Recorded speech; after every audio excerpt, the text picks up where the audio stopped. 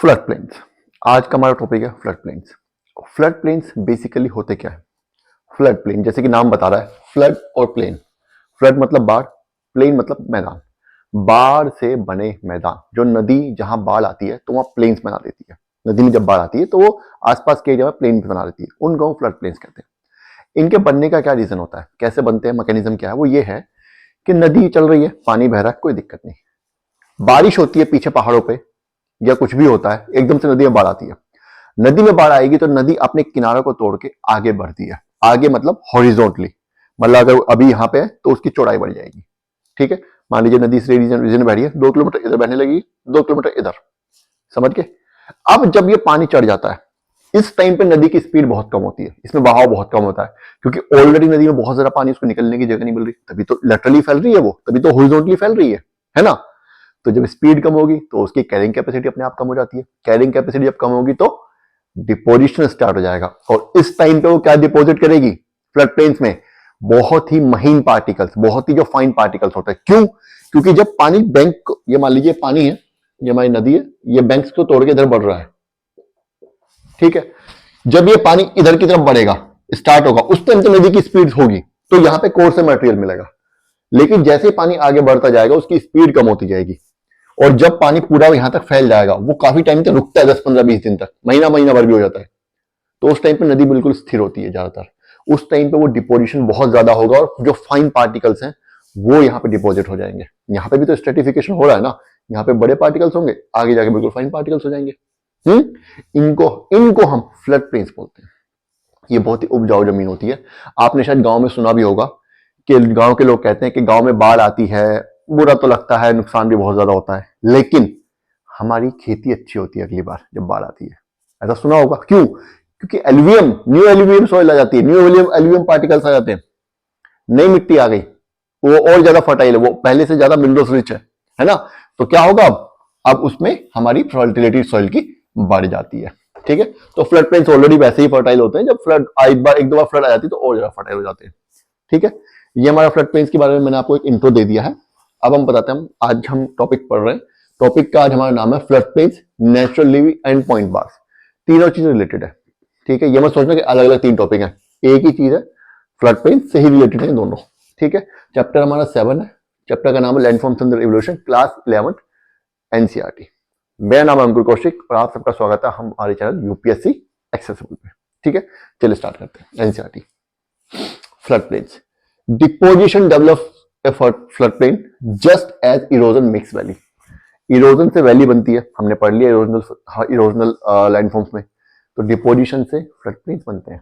अरे सीधी सी बात है यार, ये पहाड़ है? नदी उतरी, यहाँ पे नदी ने वैली बनाई, इरोजन हुआ, सेडिमेंट्स काटे, पत्थर काटे, कहीं ना कहीं तो डाले उसको छोड़ेगी ना, तो वो कहाँ वो छोड़ेगी? प्लेन्स में, फ्लड प्लेन्स। इनको हम फ्लड प्लेन्स बोलते हैं, सिंपल सी बात है। ठीक है, तो ये एक डिपोजिशनल फीचर है। इस लाइन का मतलब सिर्फ यही समझाना है आपको कि जिस तरीके से वैली एक इरोजनल फीचर है, फ्लड प्लेन्स जो है वो एक डिपोजिशनल फीचर है, ये याद रखिएगा। ठीक है, चलिए आगे बढ़ते हैं। Flood plain is a major landform of river deposition. Flood plain एक बहुत बड़ा लैंडफॉर्म है, बहुत ही इंपॉर्टेंट लैंडफॉर्म है, सबसे इंपॉर्टेंट। अरे यार, पूरी हमारी खेती उसी के ऊपर है। फ्लड प्लेन्स नहीं होते, पूरा जो मैदान बने हुए हैं हमारे इन नॉर्थ इंडिया में, ये सारे फ्लड प्लेन्स की वजह से बने हुए हैं। अब आप कहोगे कि नदी तो इतनी सी जगह रहती है, मान लो पानी फैल गया 2 किलोमीटर, लेकिन ये तो कई सौ हजारों किलोमीटर लंबा हमारा, जो हमारा ये क्या बोलते हैं, नॉर्थ इंडियन इंडिया के प्लेन्स है। अरे बताऊंगा भी, नदी अपना चैनल चेंज बदलती रहती है, स्टील्स बदलती रहती है, कैसे बताऊंगा। Flood plain is a major landform of river deposition. Next क्या बोल रहा है? Large size materials are deposited first when stream channel breaks into gentle slope. वो क्या कर रहा है, जैसी नदी पहाड़ से उतरेगी, जेंटल स्लोप पे आएगी यहाँ पे, तो यहाँ पे क्या होगा, वो लार्ज जो उसके बोल्डर्स है, लार्ज जो मटेरियल्स है, वो यहाँ पे डिपोजिट कर देगी। हमने पढ़ा था क्या होता है यहाँ पे, एलुवियल फैंस बनते हैं। पढ़ा था ना, नहीं पढ़ा था, है ना। तो नदी जैसी पहाड़ों से नीचे आएगी, इसकी स्पीड कम होगी, तो लार्ज तो वहीं पे जमा कर देगी। अब लार्ज वाले तो यहाँ जमा हो चुके हैं, अब कंपैरेटिवली छोटे पार्टिकल्स बचे हैं, छोटे पार्टिकल्स वो आगे लेके बढ़ती है, अपने साथ बढ़ेगी। ठीक है, दस normally fine size material like sand, silt and clay are carried by relatively slow moving water in gentler channels usually found in the plain and deposited over the bed when the water spill over and the bank during the flood over the bed. समझ नहीं आएगा कुछ, आना भी नहीं चाहिए, अच्छी बात है। देखो एनसीईआरटी में दिमाग नहीं लगाओगे तो एनसीईआरटी पढ़ने का फायदा नहीं है। एनसीईआरटी का मतलब ये है कि दिमाग आपको लगाना पड़ेगा, ठीक है। सही सीधी बात कह रहा है कि उसने क्या हुआ, मोटे पार्टिकल्स तो यहाँ पे इकट्ठे कर ही दिए, हमारे एलुअल फैंस बन गए। अब वो फाइन पार्टिकल्स आगे लेकर के अपने साथ चल रही है नदी। फाइन पार्टिकल्स आगे जाएगी तो आगे स्लोप और कम हो रहा है, क्योंकि ग्रेडियंट कम हो चुका है, स्लोप ग्रेडियंट कम हो चुका है, तो स्पीड कम हो चुकी है। तो धीरे धीरे वो अपने फ्लड प्लेन्स में, जब नदी में पानी बढ़ता है और स्पिल हो जाता है, फैल जाता है, इधर इधर फैलेगा, इधर इधर, इधर फैलेगा और इधर फैलेगा। तो वो जो फाइन सेडिमेंट्स हैं, क्ले, सैंड और सिल्ट, वो इस एरिया में, इस रीजन में यहां तक वो जमा कर देगा, यहां तक वो डिपॉजिट कर देगा। बस इतनी सी कहानी है फ्लड प्लेन की। इसी से हमारे फ्लड प्लेन डेवलप हो जाते हैं धीरे धीरे करके, ठीक है, समझ आ गया। चलिए आगे बढ़ते हैं। ये बहुत लंबी लाइन है, इसका मतलब यही है, आप कहो तो ब्रेकअप कर देता हूं। Thus normally fine size materials like sand, silt and clay are carried by relatively slow moving waters. Slow moving waters sand, silt, clay लेके चल रहे हैं।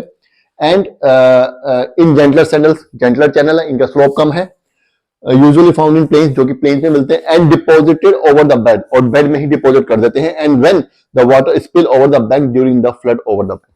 सिंपल सी बात है, जो फाइन पार्टिकल्स हैं वो जब नदी की स्पीड कम होगी तो अपने बेड पे भी डिपॉजिट करेगी, और जहां जहां पानी फैलेगा वहां भी डिपॉजिट करती है। इस रीजन से यहां तक फाइन पार्टिकल्स पाए जाते हैं, इसको पूरे को फ्लड प्लेन बोलते हैं। ध्यान रखना, जब नदी की स्पीड कम होती है तो वो अपने रास्ते में भी डिपोजिशन करेगी, तभी तो डेल्टास बनते हैं। यहां पे क्या होगा, अपने रास्ते में डिपोजिशन करेगी। अब यहां पे जमीन ऊंची उठ गई, धीरे धीरे डेल्टा शेप ले रहा हमारा, है ना। जमीन ऊंची उठ रही है तो नदी दो पार्ट्स में डिवाइड हो जाएगी, है ना। ऐसे फिर यहां पे होगा, यहां पे डिपोजिशन स्टार्ट कर देगी, यहां पे डेल्टा बन जाएगा। इसी शेप में डिपोजिशन होता है, डिपोजिशन हमेशा डेल्टा ट्रायंगुलर शेप में होगा, ध्यान रखना। फिर यहां नदी दो पार्ट्स में डिवाइड हो जाएगी, तो अपने रास्ते में भी डिपोजिशन करती है, और जहां यह पानी फैलेगा इधर इधर लेफ्ट और राइट में, वहां भी डिपोजिशन करेगी। इसको इंक्लूडेड को हम फ्लड प्लेन बोलते हैं। समझ आ गया। बहुत उपजाऊ मिट्टी होती है, बहुत फर्टाइल मिट्टी होती है। नेक्स्ट लाइन क्या बोलती है, अ रिवर बेड। अब क्या बताया हमने, इधर भी जमा कर रही है और इधर इधर भी जमा कर रही है। तो ये जो इसका रिवर बेड है, ये वाला of river deposits is active flood plain. Sorry, ये जो इसका रिवर बेड है, इस पे जो डिपोजिशन हुआ है उसको हम एक्टिव फ्लड प्लेन बोलते हैं। ध्यान रखने वाली बात है, इसको क्या बोलेंगे, एक्टिव फ्लड प्लेन। और the flood plain above the bank, ये किनारा है इसका, ये किनारे से ऊपर इस तरफ जो फ्लड प्लेन है उसको हम क्या बोलेंगे, इनएक्टिव फ्लड प्लेन। समझ के, एक्टिव फ्लड प्लेन में हमेशा पानी रहता है, इनएक्टिव फ्लड में बाढ़ के टाइम पे पानी आता है, पानी फैलता तभी आएगा। ठीक है, यहां तक क्लियर हो गया, आई होप आप सबको समझ आ गया। अब बढ़ते हैं आगे की तरफ। ठीक है, आगे अगले पोर्शन में एनसीईआरटी क्या बोल रही है।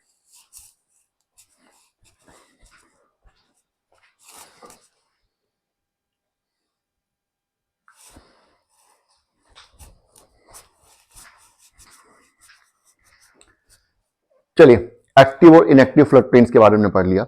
एक्टिव फ्लड प्लेन्स जो रिवर बेड होता है उसमें जो डिपोजिशन होता है उसको हम एक्टिव फ्लड प्लेन कहते हैं। इनएक्टिव फ्लड प्लेन जहां पानी फैलता है वहां पे जो डिपोजिशन होता है उसको हम इनएक्टिव फ्लड प्लेन कहते हैं। ठीक है, अब इनएक्टिव फ्लड प्लेन में एक बात और आ गई है, दो बातें आ गई एक्चुअली, वो भी दो टाइप का होता है। क्या होता है उसमें, inactive flood plain about the banks basically contain two types of deposits. Inactive flood plain जो बैंक के ऊपर होता है वो दो टाइप के फ्लड प्लेन्स कंटेन करता है। कौन कौन से, पहला फ्लड डिपॉजिट, दूसरा चैनल डिपॉजिट। दो तरह के डिपॉजिट होते हैं। फ्लड डिपॉजिट आपको समझ आ चुका है, नदी है, पानी बाढ़ आई, पानी फैला, यहां पर डिपोजिशन हुआ, इसको हम फ्लड डिपॉजिट बोलेंगे। ये बात आपको समझ आ गई होगी। ठीक है, चैनल डिपॉजिट्स क्या होता है, चैनल डिपॉजिट्स क्या होता है ये अगली लाइन में बता रहा है, वैसे मैं आपको समझा देता हूं, क्योंकि इसमें चैनल डिपॉजिट्स में ही हमारे नॉर्थ इंडिया के जो प्लेन्स फॉर्म हुए उनके बनने का राज भी यहीं छुपा हुआ है। क्यों, देखो एक नदी यहां पे मान लो गंगा है, फिर उससे 100 किलोमीटर दूर पर दूसरी नदी है, बीच में मिट्टी कैसे आई। मान लो इसने 2 किलोमीटर 4 किलोमीटर तक डिपोजिशन कर दिया, फ्लड प्लेन बन गया, इधर भी बन गया, बाकी बीच में तो 198 किलोमीटर का डिस्टेंस है, 198 किलोमीटर का एवरेज बता रहा हूं मैं वैसे मन से। वो मिट्टी कहां से आई, उस सवाल का जवाब चैनल डिपॉजिट्स में है। ये बात तो कंफर्म है कि पहाड़ों से जो मिट्टी आई है और नदियां ही लेकर के आई हैं, लेकिन मिट्टी इतनी फैल कैसे गई? वो तो नदी के साथ साथ ही होनी चाहिए थी, है ना? बाकी तो गड्ढा ही रहना चाहिए था। अरे वो ऐसे फैल गई कि क्या होता है, मैंने आपको क्या बताया, नदी में जो स्पीड कम होती है तो वो अपने ही रास्ते में डिपोजिशन करेगी। मान लीजिए यहां पर डिपोजिशन करना उसने स्टार्ट कर दिया, थोड़ा सा ऊपर ले लेते हैं। मान लीजिए इसकी स्पीड कम है, यहां पे वो डिपोजिशन करना स्टार्ट कर दिया, ठीक है? ये रास्ता ब्लॉक हो गया। अब क्या होगा, नदी या तो पानी इधर भागेगा या इधर भागेगा, जिस तरफ उसको रास्ता मिलेगा। सपोज कीजिए उसको इधर रास्ता मिला, तो अब पानी इधर भागने लगा। अब नदी का रास्ता धीरे धीरे फिर यहां भी फ्लो कम हो जाएगा, यहां पर डिपोजिशन तो हो ही रहा लगातार, तो अब नदी का रास्ता ये हो गया। समझ गए? यहां पे नदी का रास्ता नया आ गया, इसने अपना कोर्स चेंज कर लिया। जैसे आपने पढ़ा होगा बिहार, सोरो ऑफ बिहार, कोसी रिवर, क्यों? क्योंकि अपना कोर्स चेंज करती रहती है जल्दी जल्दी, उसमें सेडिमेंटेशन इतना ज्यादा होता है कि अपने जल्दी से हर साल अपना कोर्स चेंज कर लेती है, हर साल नहीं तो दूसरे तीसरे साल अपना कोर्स चेंज कर लेती है। जो इंसान यहां पे पहले बाढ़ आ रही थी यहां तक, अब क्या होगा, अगली बार बाढ़ पहुंचेगी यहां तक। फर्स्ट टाइम इस नदी का जो बाढ़ आ रही थी वो यहां तक आ रही थी, यहां से यहां तक ये बाढ़ का एरिया था। अब क्योंकि इसका एरिया, ये नदी ने अपना चैनल चेंज कर लिया, तो अब बाढ़ यहां तक आ जाएगी, है ना?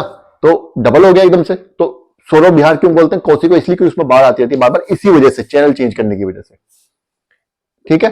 तो क्या हुआ, अब मैंने आपको क्या बताया कि नदी ने अपना रास्ता बदल दिया, कोई दिक्कत नहीं है। लेकिन ये एरिया है, जो पुराना कोर्स है, ये तो खाली है। इसमें तो पहले नदी बहती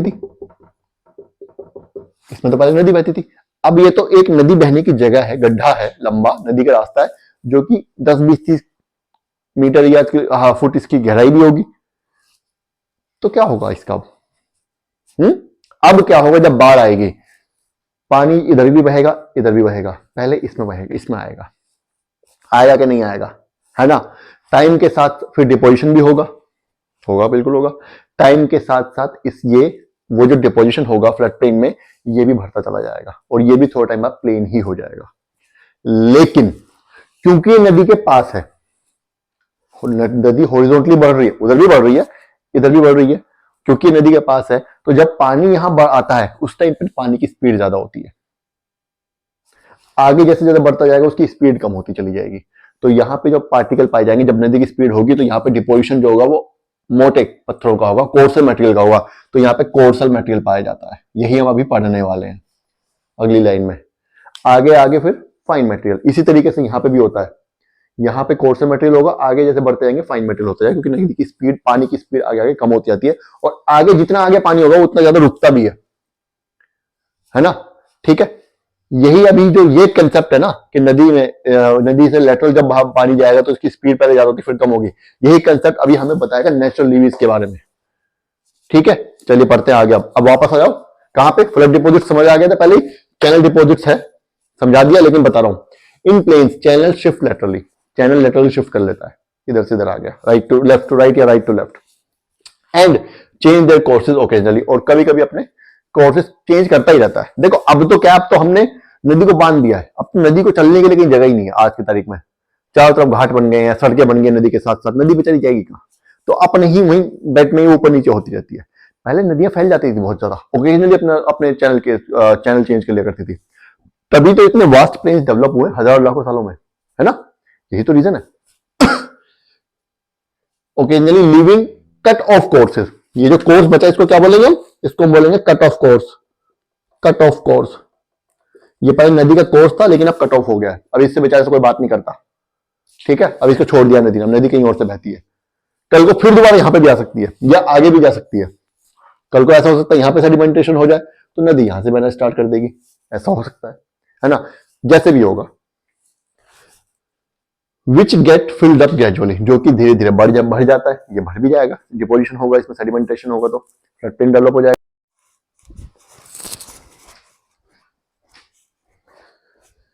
ठीक है, तो यहां तक आपको समझ आ गया कि ये कट ऑफ कोर्सेज है। कट ऑफ कोर्सेज जब ग्रेजुअली बढ़ जाते हैं तो उनमें हम क्या बनते हैं, उनमें चैनल डिपॉजिट्स बोलते हैं उनको, कट ऑफ कोर्सेज को। ठीक है, जो नदी पहले रास्ता था अब वो रास्ता बदल चुकी है, लेकिन जो पुराना रास्ता है, जब बाढ़ आता पानी आता तो वो उसमें पानी जाता है, तो वहां पे भी डिपोजिशन होता है उसको हम कट ऑफ कोर्स बोलते हैं। उस कट ऑफ कोर्स में जो सेडिमेंटेशन होता है उसको हम क्या बोलेंगे, चैनल डिपॉजिट बोलते हैं। उस फ्लड प्लेन में जो वो भी फ्लड प्लेन का हिस्सा होता है। यहां पे एक बात सोचने वाली है कि नदी का पानी, मान लीजिए नदी है, ये नदी का पानी, ये नदी है, नदी ही चल रही है। नदी का पानी जब यहां से यहां आएगा तो उसकी स्पीड कंपैरेटिवली ज्यादा होगी। जब वो यहां आएगा तो यहां पे आके स्पीड बिल्कुल कम हो चुकी होगी, और यहां पे पानी रुकता भी बहुत लंबे टाइम तक, है ना। तो वही बात है, पानी की speed is related to deposition.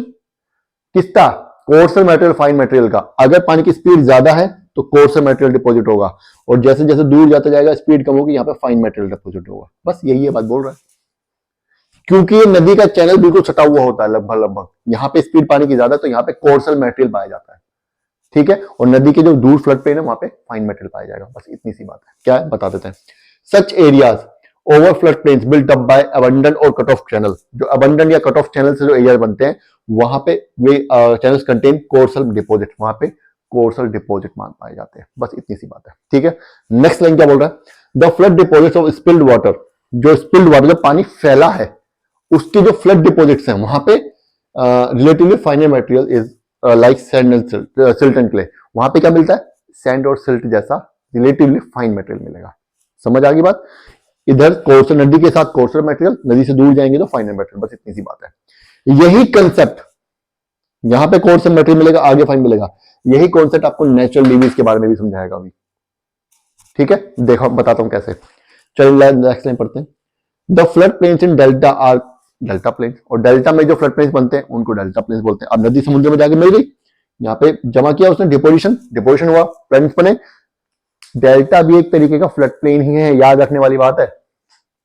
Flood plane का मतलब क्या है, पानी ने जब डिपोजिशन किया फाइन पार्टिकल्स का तो फ्लड प्लेन डेवलप हो गया, सिंपल सी बात है ना। तो डेल्टा भी एक तरीके का फ्लड प्लेन ही होता है, ये आपको याद रखने वाली बात है, ठीक है।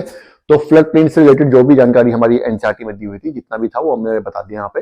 अब आ जाते हैं हम नेचुरल लीवीज और पॉइंट बार्स पे, ठीक है। चलिए